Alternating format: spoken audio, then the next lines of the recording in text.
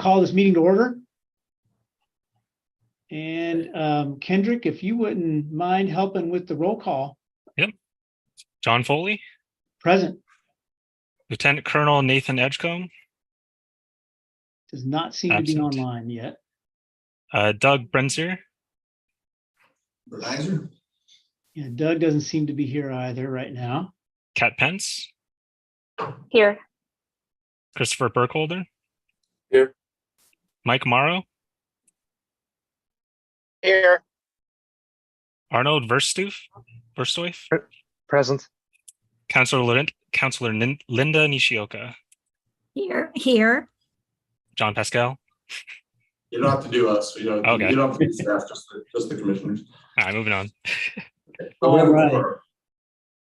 All right. Well, if you had some introductions, John, after we did the roll Thanks, call. John. Yeah. So Kendrick Arakaki is our new full-time admin analyst at the city. We pirated him away from Willamette University, where he got his degree and worked for the last several years. So he's been on board now for a full 2 weeks, I think. 2 or 3 weeks. And then to my right is Aaron Eisen. Aaron is our new airport security manager. He joined us on Monday. So he's brand new. It's a whirlwind week. So I wanted to introduce these two of the actually 5 new employees, but the other 3 are not here tonight. So we'll meet them probably next meeting or in due time.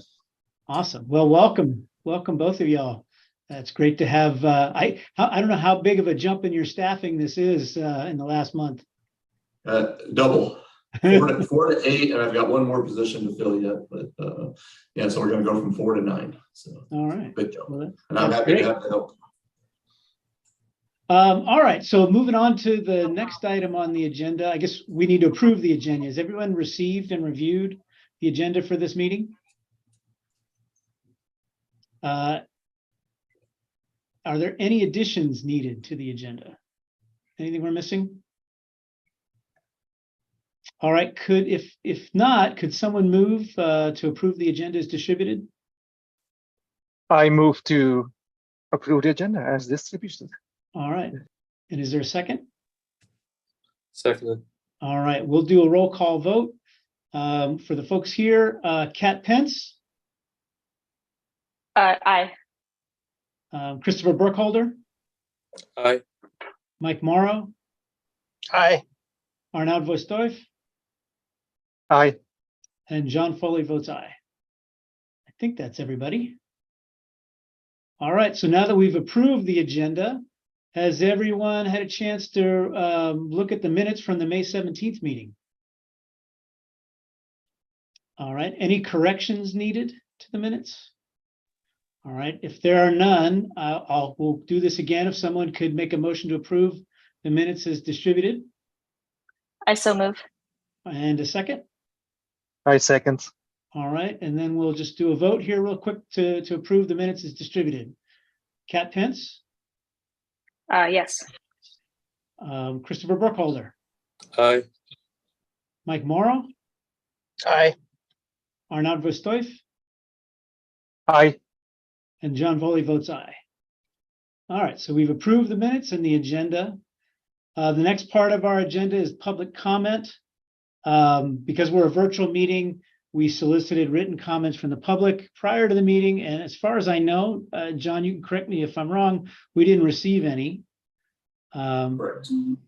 So we can continue on to the reports that should have been distributed with the meeting material.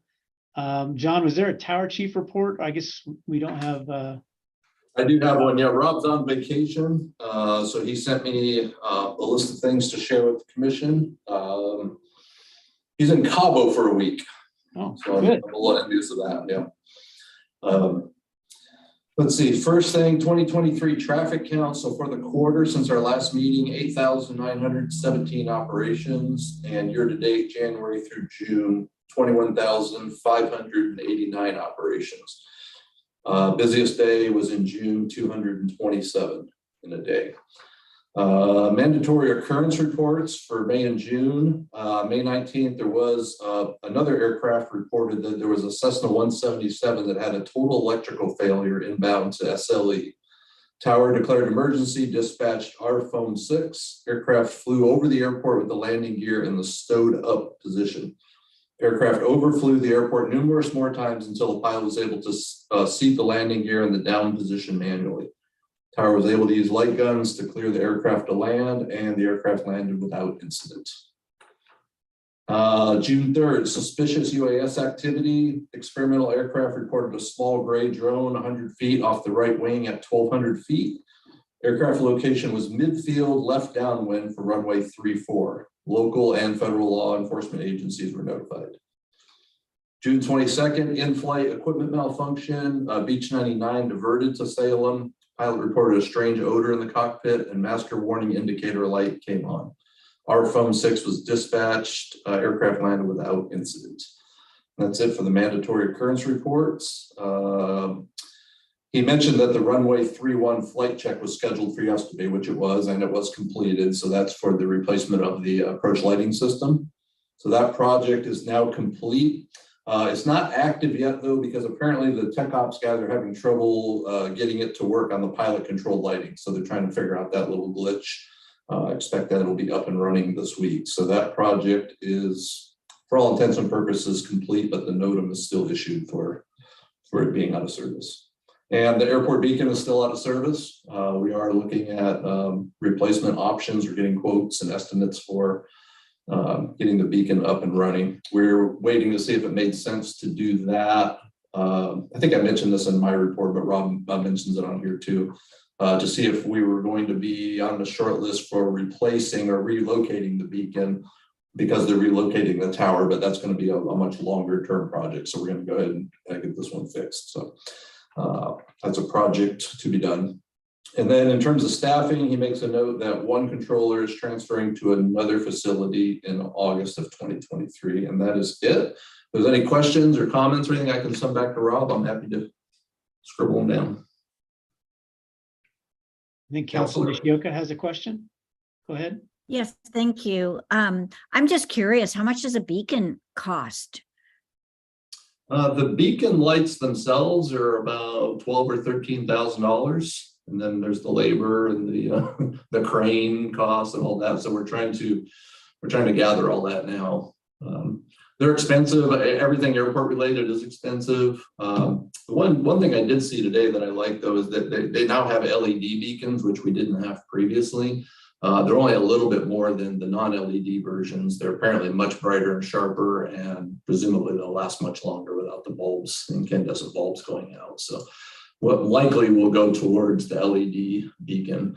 The question will be, because our beacon light is so old, if it can be a straight swap, or if there's going to have to be some sort of a coupling upgrade to accommodate.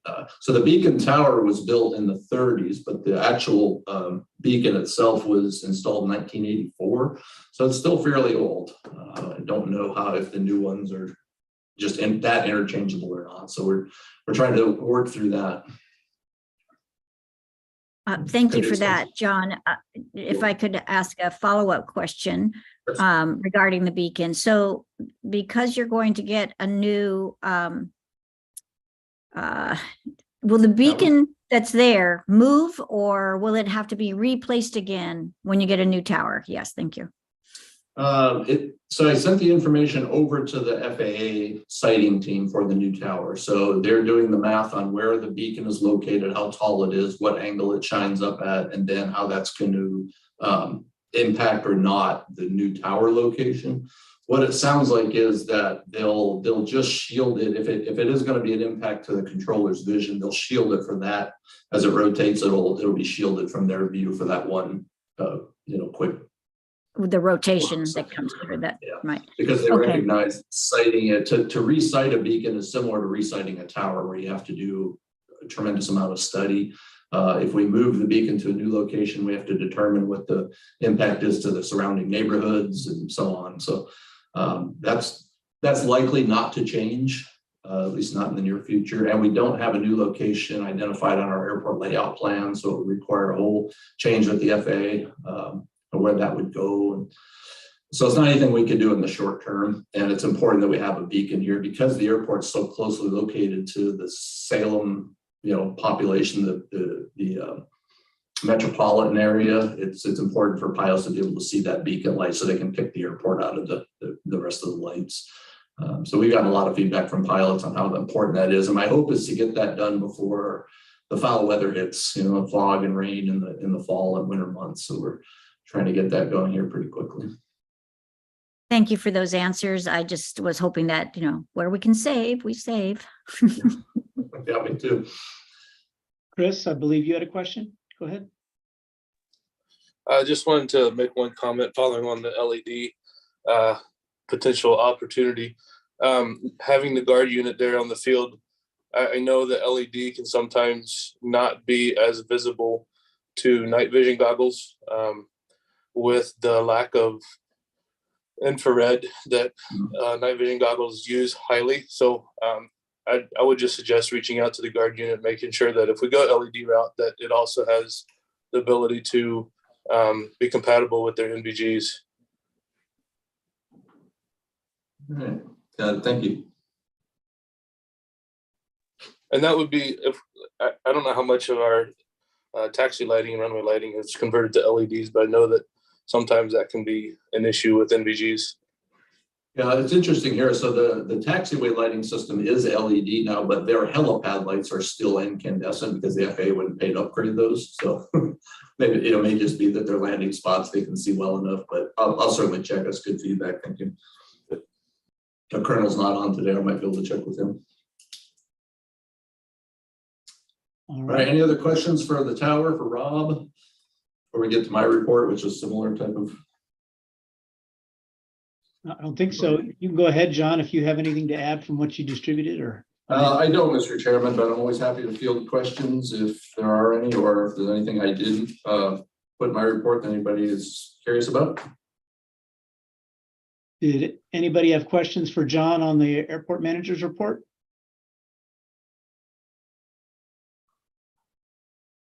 All right. I have a couple. Yep. Regarding the master plan update, I noticed, and I talked about this in the airport master plan committee meeting. We have basically, it looks like we've got two cost estimates going on. One for full investment in maintaining runway 1634, and the other is basically the cost to completely decommission it. And I'm kind of wondering if there, at any point in this process, is any opportunity to look for middle ground between those two options, and when that might happen. Yeah, that's correct. So there is a third option, which would just be to maintain the existing runway in a shorter configuration. But they haven't gotten that far in that analysis yet. And kind of the early feedback is that it's not really going to be practical or feasible, at least not for a much of a usable runway.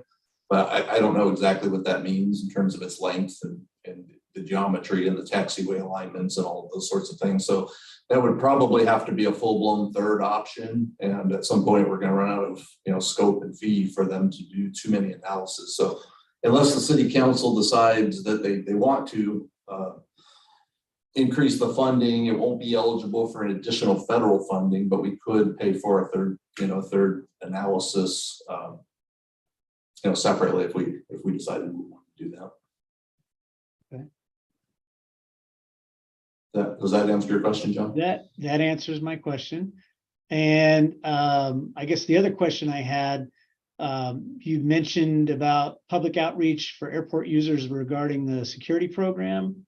Is Yes. that dependent on the TSA approval in, I guess, July or August, or would it be later than that? When would we expect to see that outreach start? Yeah, I would say probably in early August. Possibly, well, it's already the 18th of July. So partially that's correct. So the security plan is in TSA hands for review. Aaron is here now reviewing that as well. There's still some things that we have to resolve, like numbers of gates that we have, access control points. Are we going to limit some of those? And we kind of want to make sure that we have all of the answers that we're likely to receive questions about before we do too much public outreach. We could do some real high level stuff now. And I've mentioned some of that in my report with, we're going to have to issue badges and you're going to have your badge on you and all of those sorts of things. But when it gets down to maybe some of the finer details on how you'll be able to move about the airport and access points and what happens after hours and, new signage and some of those sorts of things. We're not quite there yet, but we're getting there at light speed. So I would say in the next couple of weeks, we'll be working on some sort of a public outreach. The TSA, we had a meeting with them on Monday. They're willing to participate too if we need to do virtual meetings, online where they can answer questions for folks, or in person, even if we want to do some during the day. However, they're willing to participate if people have questions of the TSA. So Mark and I have talked a little bit about that, kind of the public outreach and what that's going to look like and how we want to, what methods we want to use to accommodate that. Are we going to do in-person meetings? Are we going to do virtual meetings? Are we going to do, handouts? Are we going to do mailers or, that kind of thing? So it's on our long list of to-dos, which we started working on today. So it's a long way of saying probably in the next, say, 2 to 4 weeks. Hey, Johns. Speaking of that, I want to kind of springboard off of that conversation. So my comment and email about the comments spurs from exactly this, where I've had a number of informal, anecdotal expressions of consternation about basically the unknown impacts of the TSA and the new security environment, both for customers like B-17 Alliance and all of their activities throughout the year, as well as a number of private pilots. And that's what spurred me to kind of go, well, I need to point these folks to how they can engage in the process. And that's where I found our comment process to be wholly inadequate, to be honest. I don't think we can pat ourselves on the back for not having public comments every meeting, because I think it's because it's too hard to get there. So I've seen the website. I navigated the website that you had put up there, John, as well, long before that. And it just feels like we're not only getting agendas out in time for public comment, which has I think it's a Monday requirement before the meeting, but a number of other things where I feel like our outreach in general is not adequate, and it's particularly acute for this issue. So I'm happy to hear, John, that you're going to be doing kind of hopefully a road show or an outreach and reaching out to folks and communicating more, because right now there is a lot of folks very worried. I know we have pilot representation on this commission, but I don't know how plugged in everyone is to everything. So I'm just a little nervous if we all of a sudden turn on all the card locks and lock the gates, that we're going to have a number of folks quite up in arms and unable to do whatever they do, whether it's recreation or business. So I think this is something that we need to work on generally. And then also I'll be anxious to see how that outreach goes and if that's able to reach the folks it needs to reach. Yeah, I appreciate that feedback, Mike. And I've heard the same things. We've shared as much as we're able to share, given the light speed at which we're kind of getting through developing the security plan, getting the approvals, knowing what we could share, that kind of the broad expectations. We've done that through the airport user group. Certainly, people can attend these meetings.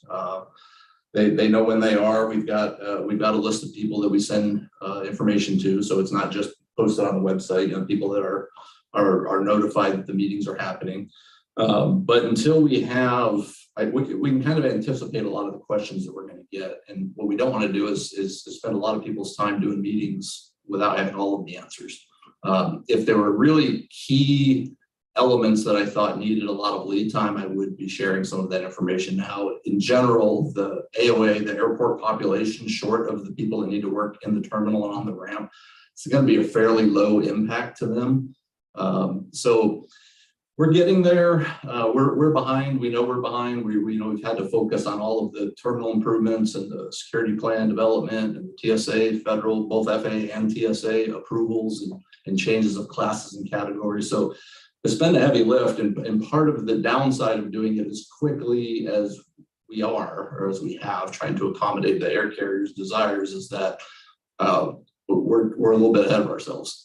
And that's an unfortunate part. I've shared a lot of information with a lot of tenants. I know that some of the word's getting out there, but you're right, there's not. Now, the second thing I wanted to say is that one of the things that we are doing is going through a website a complete airport website upgrade so that it'll look more like what you'd see at a traditional airport. You'd be able to go on there and get your link to your airline and, you know, see arrivals and departures. And there is going to be a feedback form on there. And one of the things that Kendrick's going to be tasked with is, as we get feedback from a variety of things, whether it's noise complaints or the terminal's too small, or you need more parking, or it was a great experience, or I don't know when your meetings are, whatever it is, he's going to aggregate those into various, topics so that we can start tracking what kind of feedback we're getting and what we can do better and those sorts of things. So you're right, there's not really a good way to do that now, short of just emailing the airport manager.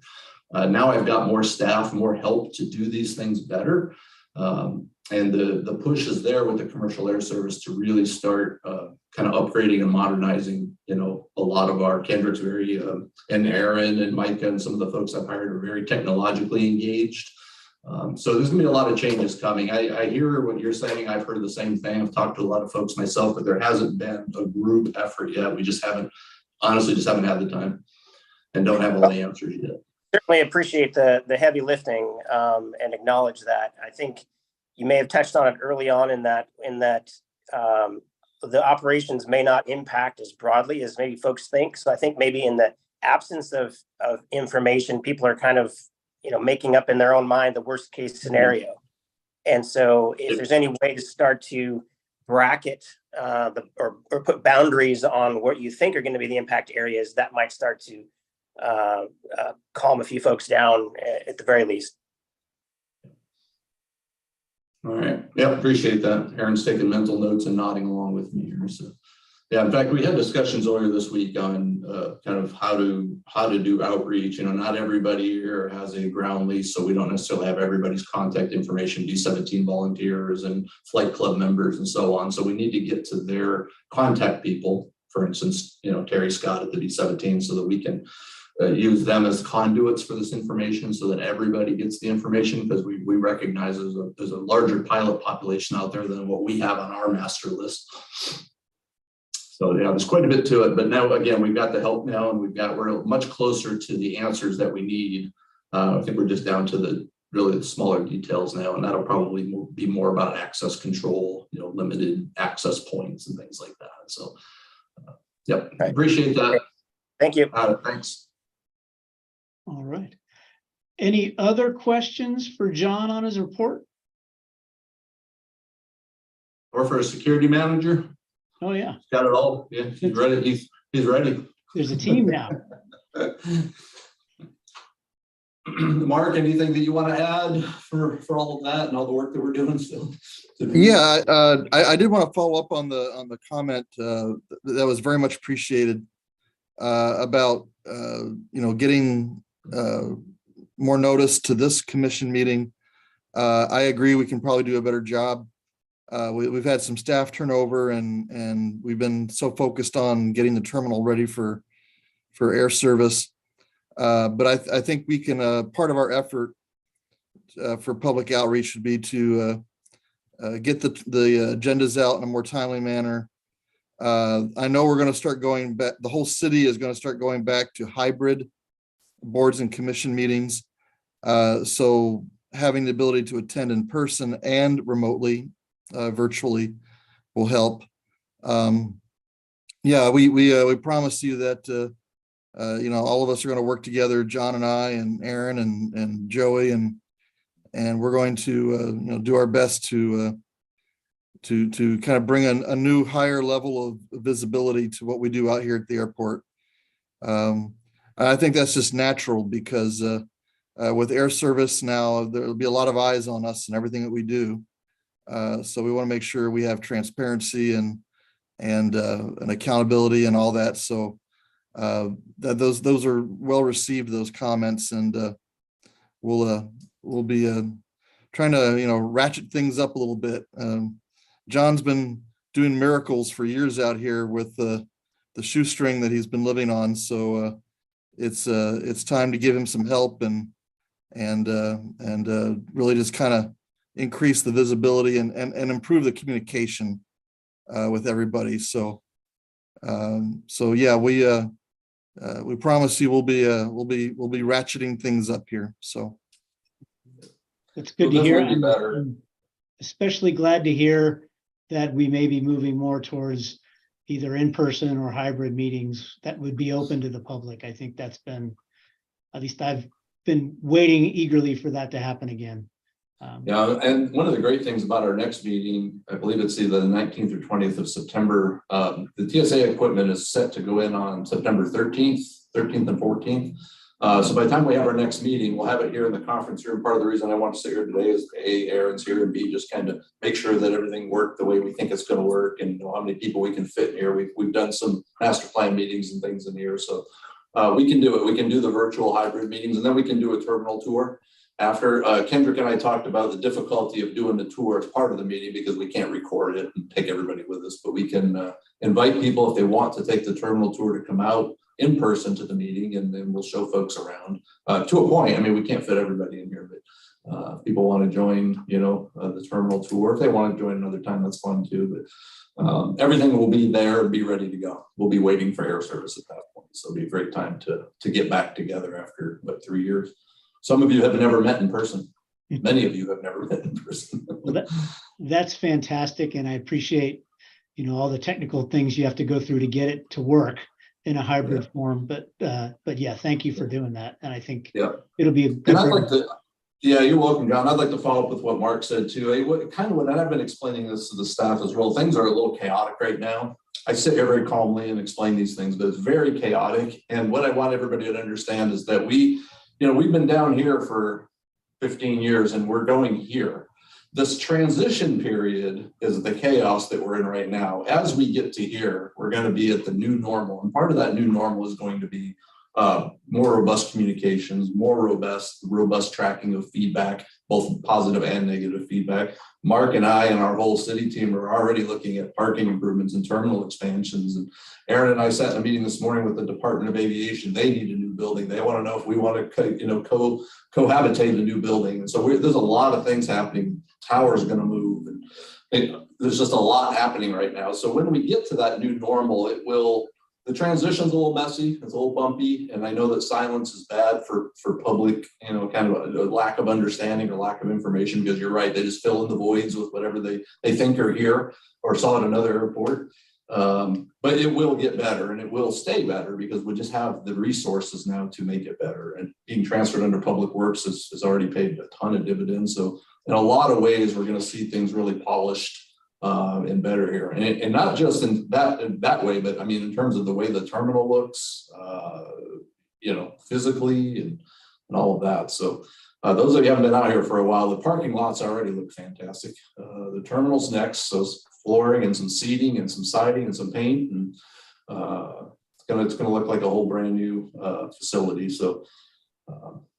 So we do, Mark said it, and we are committed to making it a better experience both for this commission and for the users of the airport and for the citizens of Salem. So having the professional help here with Aaron, with Kendrick, with Micah, and some of the folks we've hired,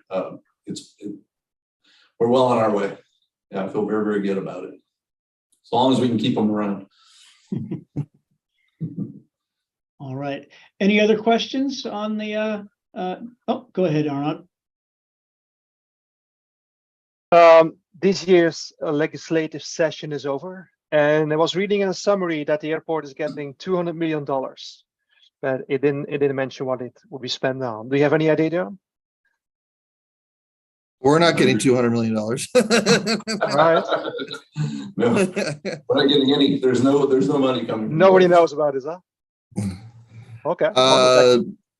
Yeah, we did not. We got a big goose egg. We did not get any directed money from the state in this session, largely because I think of the madness that prevailed in the legislature there in the last week or two of the session as they were trying to get budgets approved and omnibus spending bills through, and so we do have some indication that we may get some additional federal money if it makes it through that legislative process, but that is around $850,000, part of the airport improvement program. So that's a different pot of money which has a lot of FAA, stipulations to it. But yeah, no, we got a big goose egg out of the state this time around. So Do you normally get a nice assignment? Or nice assignment? well, I guess we didn't get a total goose egg. John, isn't there a hangar for the Forest Service? Is that what ended up There is, being? yeah, but not for the city, right? Yeah, the Forest Service has some hangar upgrades. I think they Is have that a the new civil? aircraft. Is that the civil airport role? Or is that separate? No, it's the Oregon Department of Forestry. Okay. They have a hangar here, and they go out and do spotting, or firefighter spotting. And in the fire season, they'll base some extra aircraft here, and they have the fire ice stuff that they take out. If money was expected and this year you're not getting it, is it going to affect normal operations, or is all additional projects? It would have been terminal expansion, things related to commercial service. Okay. That was our ask, but we didn't receive any this go around. Now, as a reminder, the last session, which was the short session, we did get $540,000 for ground service equipment, which we now have on site here. So, we didn't get nothing last year, but prior to that year, we hadn't gotten anything from the legislature, but we also hadn't necessarily asked specifically how commercial air service is driving a lot of attention and a lot of potential increased funding opportunities, which will be great. As Mark mentioned, the federal dollars are out of the appropriations committee now, but they still have to go through full House and then over to the Senate. And so it'll be part of the next FAA reauthorization bill, which is supposed to be done by October 1st or September 30th, but I don't know that that'll be the case. It typically is not. They go into continuing resolutions, and then typically those will pass in the spring. So we'll see how all that shakes out. Hopefully our earmark from Congresswoman Salinas will survive all of that. And we'll have some additional help for some terminal improvements. Yeah. Thank you, John. Thank you, Mark. Any other Councilor. questions? Oh, Councilor Nishioka. Thank you. Hey, Mark, I thought I saw something come through that we recently got a grant of $850, another grant of $850 for the airport. Am I remembering? Well, I think that would be the 850 is what's going through the process now. Okay, so it's just going through the process. I thought that we had received the award of the grant. So maybe it was just that you were applying for it. Well, John, we have received federal money in the past from the AIP, right? We have, yeah. But I thought this was new. So maybe it's just the application for the grant. Yeah, our legislative ask to the feds was, I think, wasn't it $6.5 million? I think is what we asked. 9.4, and then Well, 9.4, and then 3 point something million, and then. Well, yeah, it went through a process. It started, you're right, at 9.4, then somewhere it was like 6.5, and then it was 3, and we're probably getting 850,000. And we'll be happy, if we get that. So it is a little confusing. The last 850,000 we got from the federal government was for the SCASD grant. So that was the Small Community Air Service Development Grant. That's the revenue guarantee. So some people are confusing that 850 with the next potential 850. But those are two separate pots of money for two separate programs. Well, I wish they wouldn't make it the exact same amount, because then I could remember it better. well, you had me. I was confused there for a minute too, because I do remember another 850, and that's why I asked John. Stuff to track. Anything else from anyone before we move on? Sorry, John. Yeah, not my meeting. It's your meeting. No, I think that's fine. I was going to ask the exact same thing. If there is nothing else, we can move on to agenda item 6, which were action items. We did not have any, official business before the committee or commission today. So we'll move on to agenda item 7, which was items for commission discussion. And I know, Mike, before the meeting, you had requested an opportunity to speak about, public access. I don't know if you've already made your comments or if you had more you wanted to say on the topic. I think we've covered it. I would also say, I'm surprised this hasn't come up in any venue anywhere that I've heard, but I wouldn't be surprised if we need to brace for noise complaints as well when it comes to the commercial air service, because this will be a different experience for a lot of community members and stakeholders. I did notice that the noise complaints in the report were up markedly since our last last meeting, and I don't know if they're correlated, if people are paying more Well, attention now. It's correlated to it's nicer weather, so there are more aircraft Yeah. flying. Yeah. Hey, John, Arnold may have some response to the noise complaints because he lives right off the end of the runway. It's simply too early to say anything. We're not gonna cry wolf before anything happens. So we're waiting for it to start and then see what the experience is. And then we'll come knocking if necessary. yeah, John, if- I remember, I'm sorry, John, I remember that, 2008 when we had the Delta service, those were regional jets. And do you remember what kind of volume of complaints we had back then? Or you weren't here, were you? That was before my time. I could go back and look and see. I think they actually had a noise working group at the time, and that might have even been before Delta. But I could go back. I think we've kept all those records. Okay. But we'll see. I think that the biggest amount of noise complaints for sure was when in around 2008 when the helicopter flight school was operating here at the Yeah. airport. Then there was a ton of noise complaints all the way up to people going up to the FAA to complain. My neighbors still so that talk was- about that. Yeah, so I got warned about that one. My introduction to city council when I started in 2011 was beware of helicopter flight schools, and thankfully we haven't had one since. But our noise complaints, for the most part, even today, it's mostly folks wanting to understand how things are supposed to work. Are they doing these things correctly? Are they flying correctly? Or that kind of thing. And of course, the National Guard ones, those are typically forgiven. But that's just a lot of what we get. And so we do a lot of public outreach and a lot of education with that on flight patterns and traffic pattern altitudes and those sorts of things. And that seems to help most folks. All right. Any other items for discussion for this meeting? All right. I don't see any hands. The next item on the agenda is the chair's report, and I have nothing to add. So I guess we can move on to adjournment. So thank you all very much for participating tonight, and I hope you all have a good evening, and then see you in a couple months. All right. Thanks, everyone. See you in September. Thank you very much. Thank you. Have a good night.